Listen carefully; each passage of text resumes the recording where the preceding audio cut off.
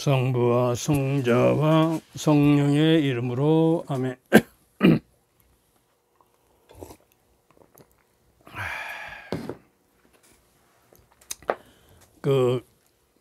기도 대신 이 내용으로 기도하겠습니다. 나사의 그레고리오 주교님의 그리스도인 완성의 원형은 무엇인가? 우리의 전체 생활은 그리스도를 드러내야 합니다. 그리스도를 드러내야 합니다. 그리스도인의 생활을 드러내고 구별짓는 것은 행동과 말과 생각, 이 세 가지랍니다. 이 세 가지 중 생각이 먼저 나오고 다음으로 마음속에 생기고 새겨져 있는 생각을 드러내는 것을 행동으로 실천으로 옮기는 것이에요. 생각과 말과 행동이 그리스도의 원형을 닮아가야 한다는 것이죠. 그래서 우리가 살아가는 도중 행동하고 생각하고 말하게 될 때 우리의 말과 행동과 생각은 그리스도라는 이름을 설명해 주는 그 칭호들과 거룩한 규범에 맞도록 해야 하고, 이들의 고귀한 함축적 의미에서 벗어나는 생각과 말과 행동을 결코 하지 말아야 한다. 이게 우리 성무일도에 나오는 독서 중에 있어서 우리 생각과 말과 행동이 내 안에 형성돼서 그리스도의 형상이 나로 하여금 비춰져야 한다는 거예요. 남에게. 저 사람은 그리스도를 모시고 사는 사람이구나. 이렇게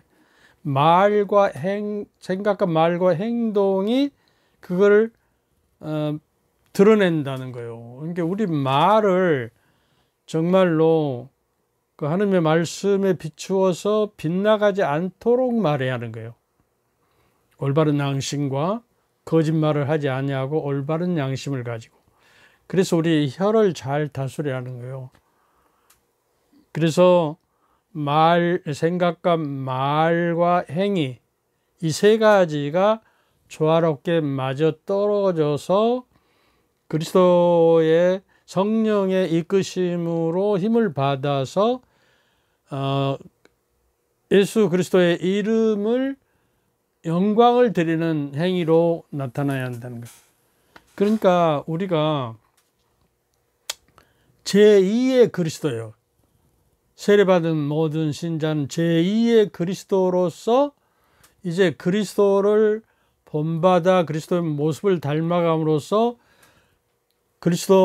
우리 구세주의 그리스도의 생각과 말과 행동이 나로 하여금 다시 나를 통해서 그리스도의 말과 행동과 그 생각과 말이 나를 통해서 표현되어져야 그리스도로 형성되어 가는 거예요. 그런데 그 마음이라는 거예요. 도대체 뭐냐 그런 거예요. 마음. 우리가 그 마음의 창을 통해서 프레임을 가지고 이제 보는 것인데, 마음이라는 거는요, 오감을 통해서 안, 이, 비, 설, 신, 눈, 귀, 고, 비, 입, 이게 몸으로 느껴지는 오감을 통해서 그것이 그 생각이 되고요. 그 다음에 우리 원하는 거, 좋아하고, 미워하고, 슬퍼하고, 기뻐하는 그 정서, 원트는, think는 생각이고, 원트는 자기가 바라고 원하고 미워하고 그 감정이에요. 이 두 가지가 합쳐서 생각과 원의가 합쳐져서 마음에 들어가면 그 마음에서 그것을 받아들여서 다시 그 행동으로 옮겨지는 거예요. 그러니까 역으로 그 행동을 보면 그 마음씨가 어떤지, 마음의 근원이 무엇인지, 마음 결이 무엇인지 알 수 있어요. 그 다음에 역으로 이제 그 생각이 어떤 것인지를 추론할 수가 있는 거예요. 행동을 봐서. 그 다음에 그 원트, 그가 바라고 원하는 거, 묘하고 싫어하는 게 뭔지를 가늠할 수가 있다고 말이에요. 그러니까 우리가 생각과 말과 행동이 질서와 조화를 하느님의 은총으로 빚어져야 해요. 아셨어요? 근데 이제 그 불교에서는 마음 공부를 많이 합니다. 근데 우리 가톨릭에서는 마음 공부를 영성 차원에서만 다루고 실질적으로 마음이 무엇인가를 이렇게 저기 한 거는 별로 없는 거예요. 심리학에서 그 마음 이론이라는 것은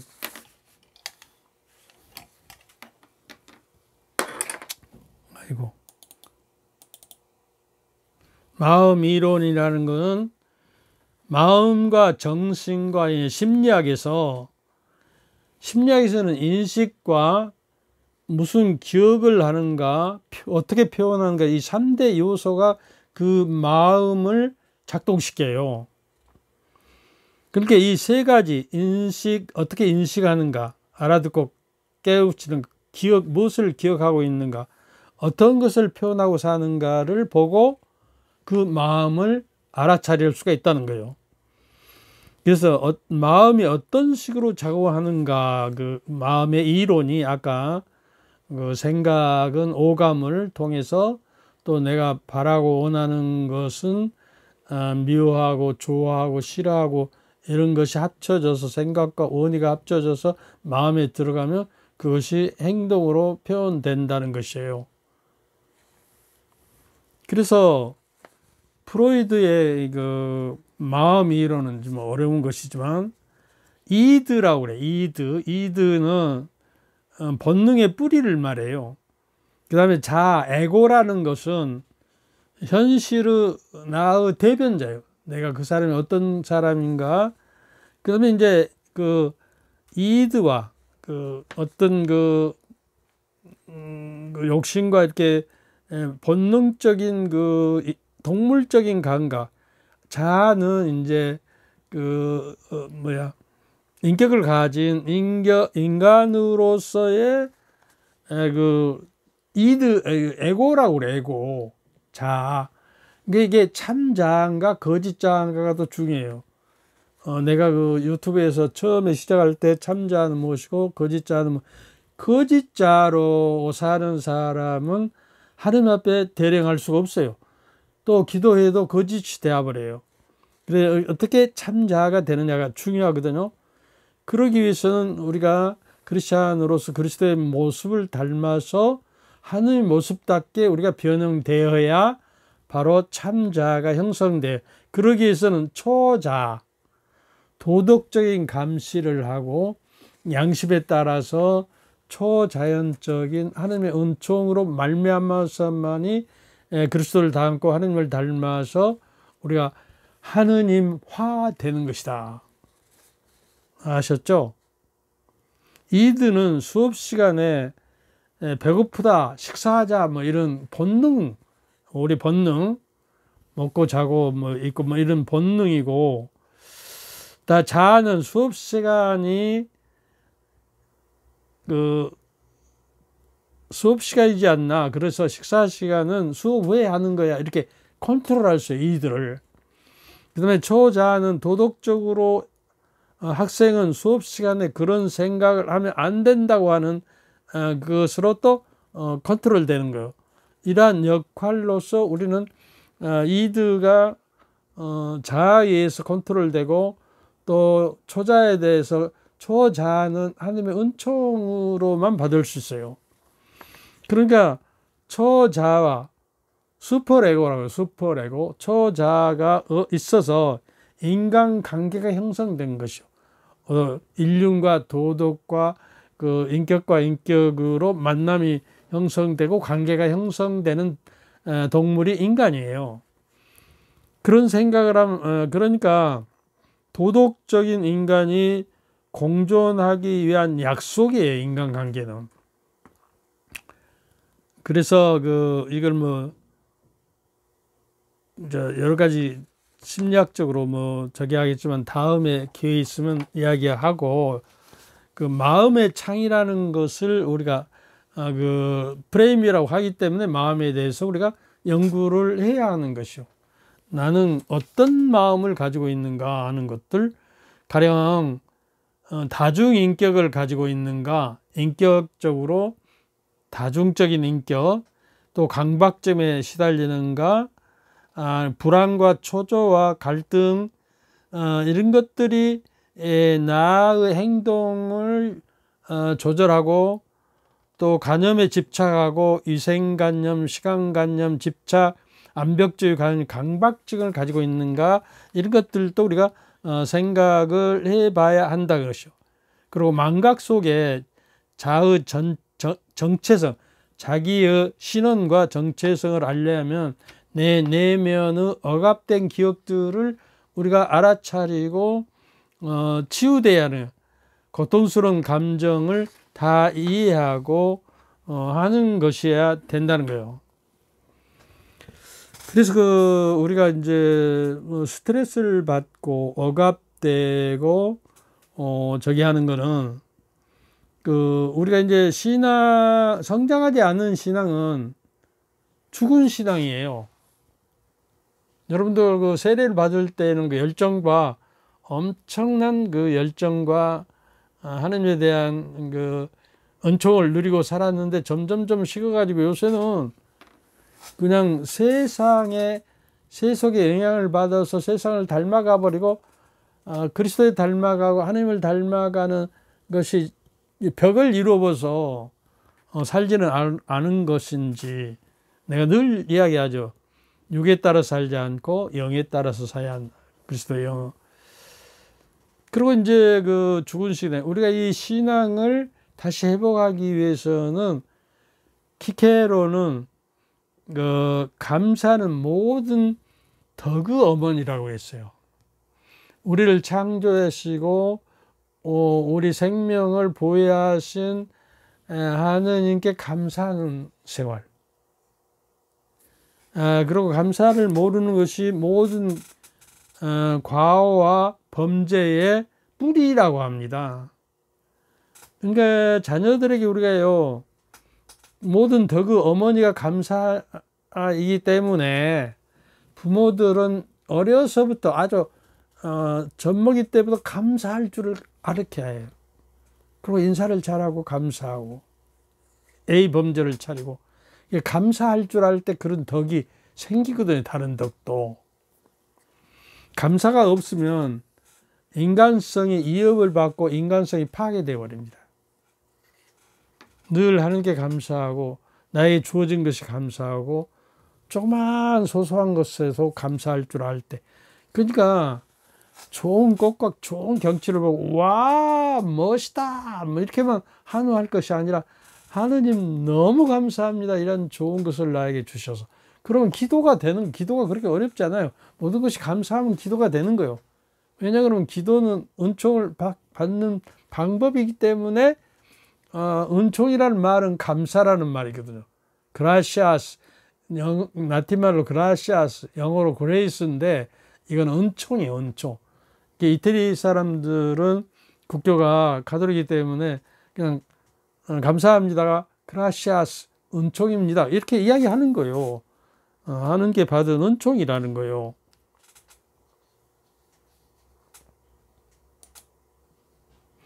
그래서 그리스도인들에게 또 화요일 날 용서에 대해서 이야기했죠. 그리스도인들에게는 용서가 가장 중요한 자기 보호 장치예요. 우리가 사실은 그리스도가 됐다는 것은 하나님의 용서를 받고 죄와 죽음에서 자유함과 해방을 얻었다는 것이 용서 때문에 그러거든요. 하나님의 용서 때문에. 근데 인간의 본성은 용서를 몰라요, 잘. 용서는 하나님의 몫이에요. 하나님의 은총만으로 가능해요. 그러니까 우리가 용서한다고 그 사람의 흠과 잘못을, 나에게 대한 잘못을 용서한다고 할 때 그것을 기억하지 말라는 건 아니에요. 용서해라 그랬지 기억하지 말아라가 아니거든요. 그러니까 용서는 뭐 7번 하면 되겠습니까? 베드로가 7번씩 70번씩 무제한으로 용서할 때 용서가 이루어지는 거예요. 하나님의 은총으로. 이게 저희가 저의 죄를 용서, 저희가 잘못한 일을 저에게 잘못한 일을 저희도 용서. 저의 가가 아니에요. 자기가 가면 자기가 주도권이 되니까 저희도 하느님 같이, 예수님 같이 우리도 그 은총으로 저희도 용서하오니, 그렇게 요새 새 번역에는 도로 돼 있어서, 그러니까 그 미사절에서 그 주님의 기도할 때도 저의 도 용서한 저의 가로 하면 안 될 것 같아. 주객이 바꿔져 버리겠죠. 그러니까 영혼의 활기를 찾기 위해서는 용서하는 삶, 하나님의 자비 속에서 용서되고 하나님의 자비 안에서 사라질 때, 하나님의 자비는 영원한 자비예요. 무한한 자비. 우리 인간의 아무리 큰 죄를 지어도 그 무한한 자비는 우리를 용서하고도 남는 거예요. 당신의 그 피로서 우리를 약속을 했잖아요. 그래서 영혼 활기를 뺏어가 버리는 도둑은 뭐냐 그러면, 주보면 남을 비난하고 심판하고 비판하고 분노하고 원한하고 걱정에 휘말리고 이런 것들이 영혼의 활기를 빼앗아가 버려요.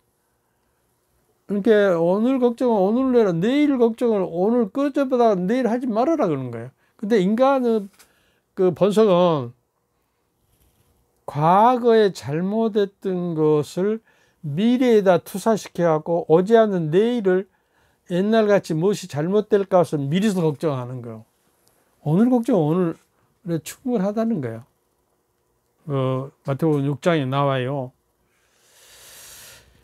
그러니까 그리스도인은 세상에 속해 있지만 세상에 속한 것이 아니라는 것을 분명히 우리가 알아야 합니다. 우리가 암이 걸려서 뭐 40대 여인이 죽었다는 충격적인 말을 받고 알아봤더니 자기 자녀가 어려서 죽고 그런 스트레스와 때문에 저게 했는지 유방암이 걸려서 죽었다고 해요. 1차 수술에 후에 재발을 받아서.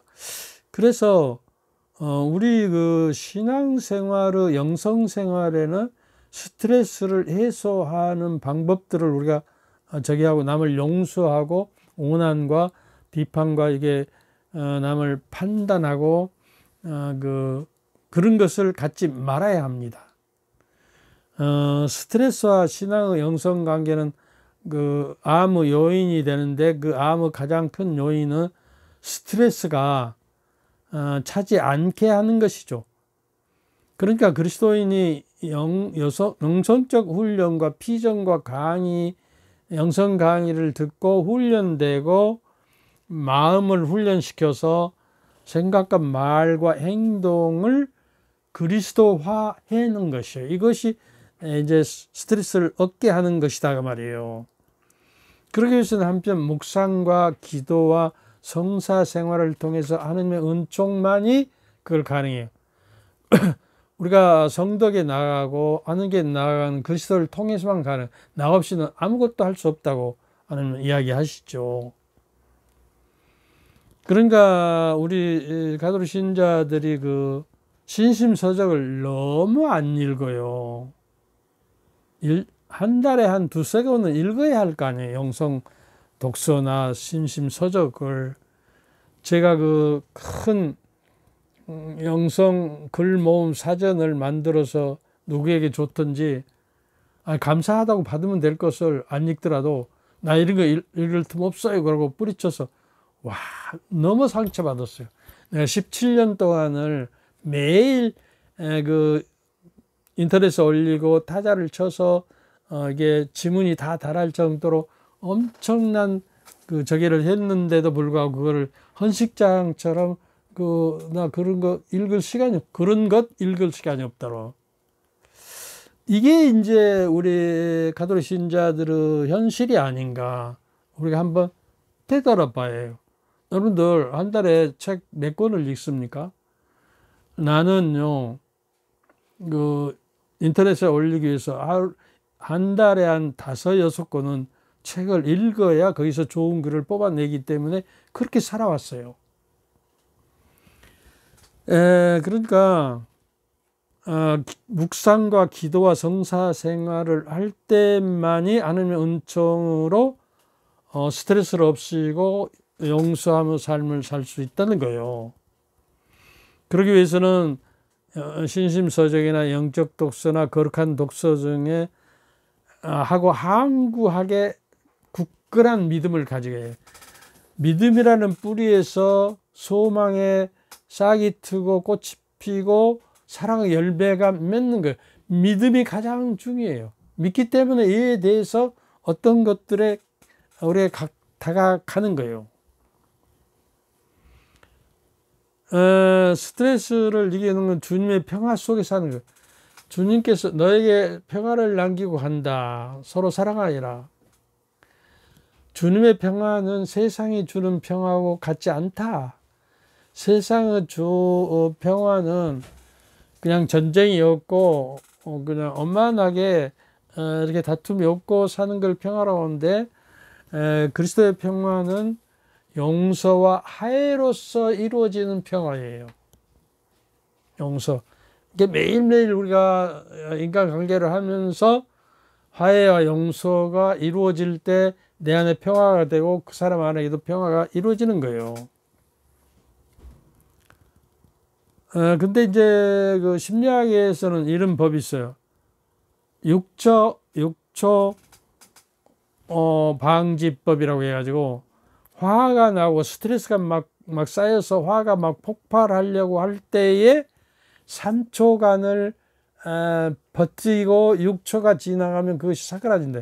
그런 방법은 뭐냐 그러면 심호흡을 하는, 즉시 화가 나고 스트레스가 쌓이고 폭발해서 그냥 그 하미가 치밀어 올릴 때 이제 그 심호흡을 하라는 거예요. 6초 동안. 그러면 사그라져요. 저는 이제 그때 예수의 기도를 하는데 진짜 우리가 하는 심호흡은 하나, 둘, 셋 하고 들어 마시고 7을 정지해. 그 숨의 기가 좋은 기가 내 안에 나쁜 기를 몰아내도록 7초를 삼고요. 그 다음에 숨을 들어 마신 것에 비해 4초 동안 들어 마셨으니까 8초 동안을 내뱉으면서 내뱉고 나서도 쭉 가라앉혀서 고요할 때까지 이것을 숨을 이제 코로 쉬면 좋습니다. 들숨 날숨을 코에서 안 쉬고 머리에서까지 올라가면 머리가 제로 상태가 안 돼요. 그래서 화가 안 가라앉아요. 그러니까 들숨 날숨을 이 코에서 의식하면서 이게 복식호흡을 하면 좋고, 복식호흡은 배로 하는 것이 복식이에요. 배복자. 흉격막으로 하면 효과가 없어요. 그래서 이제 복식호흡을 하려면 들어 누워서 배 위에다가 두꺼운 책을 몇 권 얹어 놓고 이렇게 배를 쭉 불리고 이렇게 들어 마시고 불리면서 들어 마시고 내뱉으면서 이게 배를 안으로 들어대고 이렇게 하면서 복식호흡이 되어야만이 노래도 잘 되고 성대가 이게 무너나지 않고 이게 그 성악을 할 수가 있는 거예요. 그래서 그 스트레스가 나고 마음이 혼란시켰을 때는 여러분들 그 평소에 시편을 좀 읽으세요. 영가라고 그러죠. 시편은 검은 거와 비파와 뭐 춤을 추고 이렇게 노래하면서 하는 하느님의 춤추면서 하는 하느님의 언어예요. 성령에 감도된 하느님의 언어로서 하느님께 춤추고 있으면 이 스트레스도 여러 가지 번뇌도 없어지는 거예요. 그래서 시편을 좋아하고요. 그 시는 그 신의 언어라고 그랬어요. 인간의 언어가 아주 정제돼서 신의 차원까지 정제된 그 시어거든요. 그래서 시는 한편의 시가 큰 소설 10권을 담을 수도 있는 거예요. 그래서 시편을 한 편 읽으면 거기에 하느님의 모든 뜻이 담겨 있어서 그 뜻대로 나를 인도하시기 때문에, 그래서 사제들이 시편으로 기도하는 거예요. 아침 기도, 낮 기도, 뭐 삼시 기도, 망가로 해서 저녁 기도, 끝 기도 이렇게 바치는 거. 이게 옆구리에다 사제들이 성물들을 끼고 다녔어요. 한참은.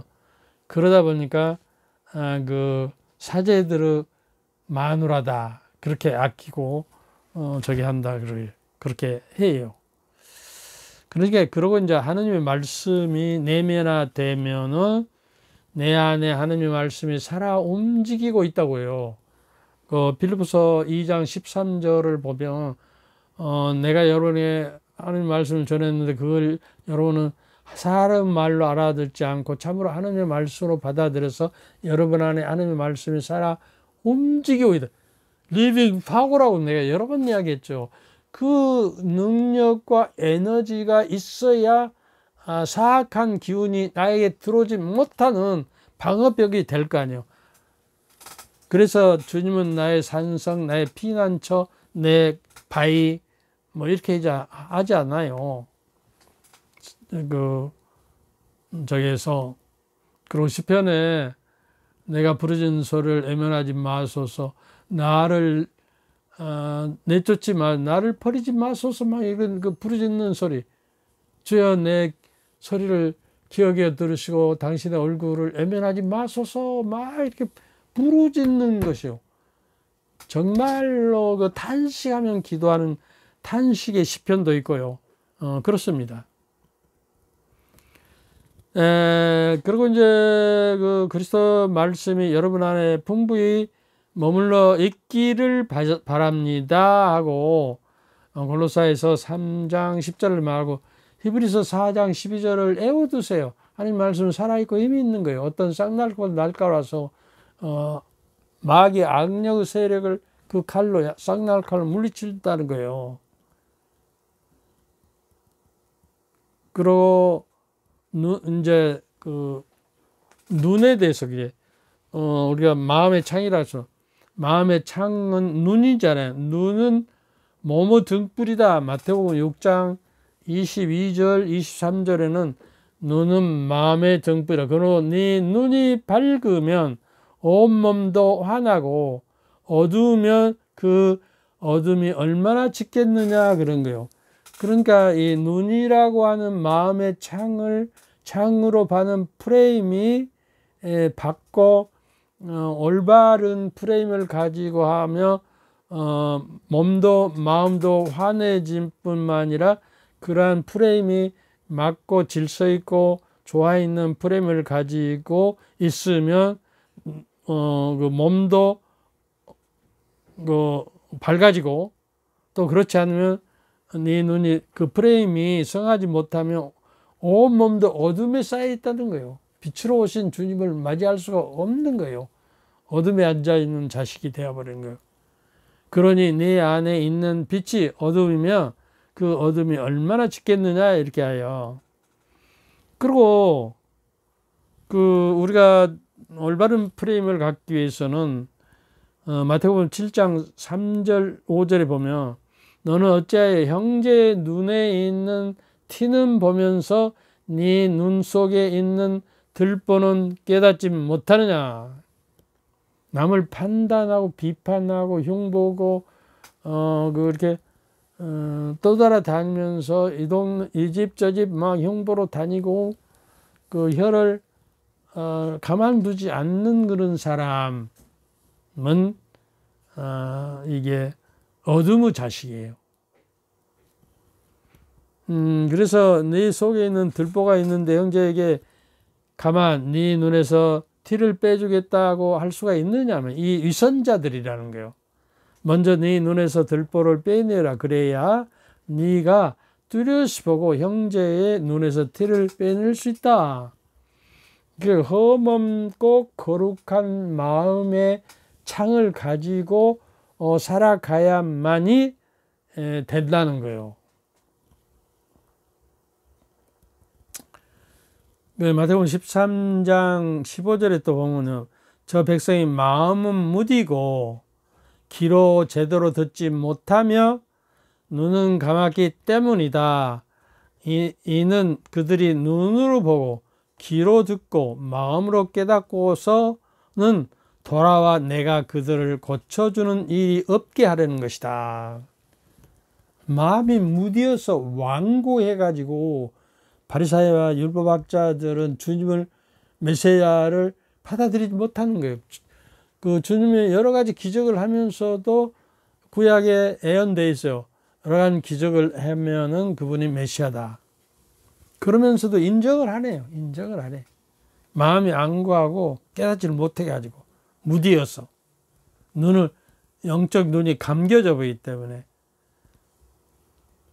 그래서 마음의 창은 올바른 마음을 가져야만이 올바른 프레임을 가지고 그리고 이제 그 올바른 상태로 내가 세상을 바라보고 듣고 맞고 오감을 통해서 생각이 올바로 되고 또 정서가 올바로 돼서 그것이 마음에 들어가서 말과 행동으로 나타난다는 것이요. 아셨죠? 그러니까 스트레스나 어떤 그 사악한 것이 비집고 들어올 자리가 없는 거예요. 올바른 프레임을 가지고 살면. 그래서 영성적으로 올바른 프레임을 마음의 창을 가져야 하기 때문에 지금 성령을 말하면서 이게 그 프레임에 대해서 이야기하고 있는 것입니다. 그러니 프레임이라는 것은 좀 올바른 프레임이라는 건 일반적으로 사람이 내면을 들여다보는 방식이기나 내면을 들여다보는 그 창이 맑아야 그 다음에 내면의 상태를 앱으로 표현하는 방식이 비유적으로 표현하는 개념이 프레임이에요. 이게 우리 내면의 상태가 정말 올곧고 조화롭고 평화와 그 안정을 이루고 있는지는 앱으로 받아들이는 프레임에 의해서 결정되니까 그 프레임을 우리가 올바로 그 프레임을 가지면 이제 내면에 저게 마음의 평화와 안정을 가져온다는 것이죠. 그래서 프레임이 중요해요. 그래서 세상을 올바른 프레임을 가지고 바라보고 그 올바른 프레임을 그 틀을 짜기 위해서는 하나님의 말씀이 필요해요. 하나님의 말씀이라는 창을 만들어야 해요. 그리고 하나님의 은총이 이제 그 안에 스며들게 되고 그 은총의 빛으로 말씀의 빛으로 그 프레임을 통해서 마음의 창을 통해서 세상을 바라볼 때 올곧게 생각하고 판단하고 그 다음에 말하고 행동할 수 있는 3대 요소가 나온다는 거예요. 그러니까 우리가 생각과 말과 행위가 얼마나 그리스도답고 성모님 닮느냐에 따라서 우리 영성이 결정되거든요.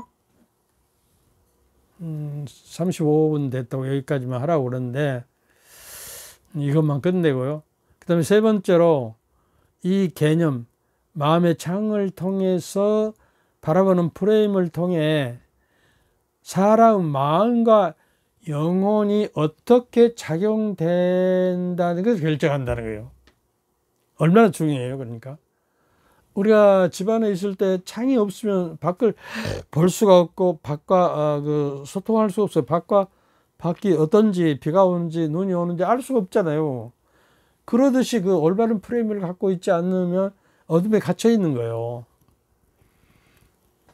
네 번째, 어떻게 외부와 상호작용을 하는지 설명할 수 있어요. 그 사람의 프레임이 어떤 프레임을 갖고 있는지에 따라서. 그냥 세속에 물들어서 세속적으로 형성되어 버리는 프레임을 가지고는 하느님께 나아갈 수가 없다는 거예요. 그러니까 예를 들어 우리 전주교 신학에서는 하나님의 현존을 체험하거나 또 영적 성장을 이루기 위해 자신의 내면을 정하고 성찰하는 과정이 중요한데 그것은 내 마음의 창틀을 바꿔야 한다는 거예요. 새롭게 보고 그래야 새 사람으로 거듭나서 하나님의 모습으로 변형되어 가는 거다. 알겠죠? 마음의 창을 통해 우리는 하나님의 뜻을 깨닫고 마음의 창이 맑고 투명하고 하나님의 말씀의 빛과 성령의 빛, 은총의 빛을 받아서 투명하게 하나님의 뜻을 알아듣고 깨닫고 자신의 내면의 상태를 이해하게 되는 거예요. 이를 바탕으로 더욱 깊은 영성 생활을 추구할 수가 있습니다. 여기까지만 하죠. 너무 많이 하면 지루하다고 해서 하니까. 그리고 다시 한번 말미에 말씀드려요.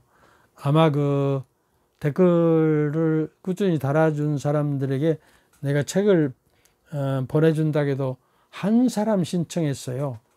그래서 내가 뜻하는 바가 이루어지지 않을 것 같아요. 그 두세 사람이 모이는 곳에 그 화요일 날 복음이 두세 사람 모이는 곳에 나 함께 있겠다고 그러잖아요. 그냥 혼자 기도하면 안 된단 말이에요. 그래서 이렇게 기도 공동체를 만들려고 그러는데 여러분들이 마음이 없는 것 같고 책을 읽을 마음도 없는 것 같아서 이거 내가 말했던 걸 성취할 수가 없어서 무효화시킵니다. 이렇게 여러분들이 안고해요. 어떤 것에 더 좋은 것에 나아가자고 해도 여러분은 손 하나 까딱 안 해요. 그렇게 마음이 안고하고 마음의 창이 어두워서 진리로 나아가고 싶은 마음이 없는 거예요. 주님께서 저희와 함께 또한 사제의 영과 함께 전능하신 성부와 성자와 성령께서는 여러분과 여러분 가족 모두에게 축복을 내리셔 길이 머물게 하소서. 아멘. 감사합니다. 감사합니다.